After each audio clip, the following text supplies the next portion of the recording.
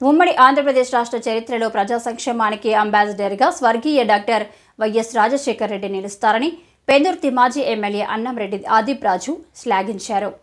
స్వర్గీయ మాజీ ముఖ్యమంత్రి రాజశేఖర రెడ్డి 15వ వర్ధంతి సందర్భంగా మండల కేంద్రమైన సబ్బవరంలో ఆయన నిలువెత్తు విగ్రహానికి పూలమాలలు వేసి ఘనంగా నివాళులర్పించారు. ఈ సందర్భంగా ఆయన మీడియాతో మాట్లాడుతూ రాజశేఖర రెడ్డి పరిపాలన ఒక స్వర్ణ యుగంగా అభివర్ణించారు.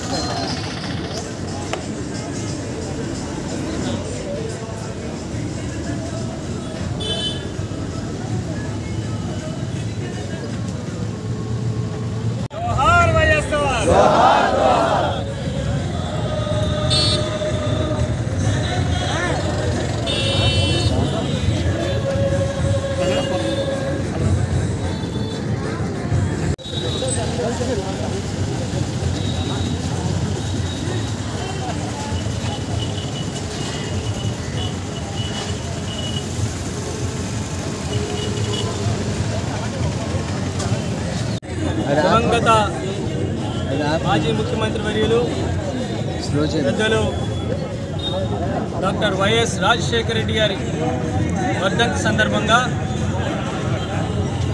సబ్బవరం కూడలిలో ఉన్నటువంటి రాజశేఖర రెడ్డి గారి విగ్రహానికి సబ్బవరం మండలం వైఎస్ఆర్ కాంగ్రెస్ పార్టీ నాయకులు, కార్యకర్తలు, రాజశేఖర రెడ్డి గారి అభిమానులందరూ కూడా ఘనంగా పూలమాలలతో అనేక సందర్భాల్లో చెప్పినటువంటి విధంగా సంక్షేమానికి బ్రాండ్ అంబాసిడర్గా రాజశేఖర రెడ్డి గారు నిలుస్తారు.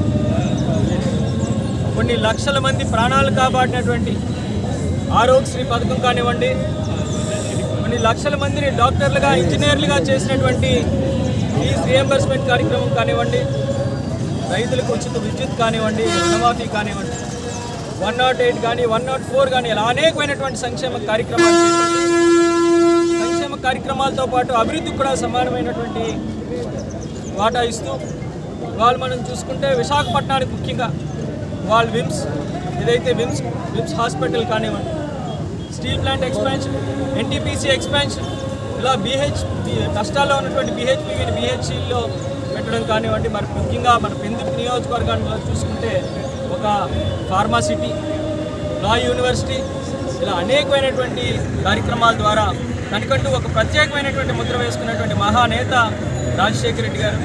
గుర్తొస్తుంది రాజశేఖర రెడ్డి గారిని చూస్తే. సంక్షేమము, అభివృద్ధి అంటే రెండు కళ్ళుగా చేసుకొని సుమారు 5.5 సంవత్సరాలు పరిపాలించాడు ఆయన. 2004 నుంచి 2009 ఈ నెల వరకు.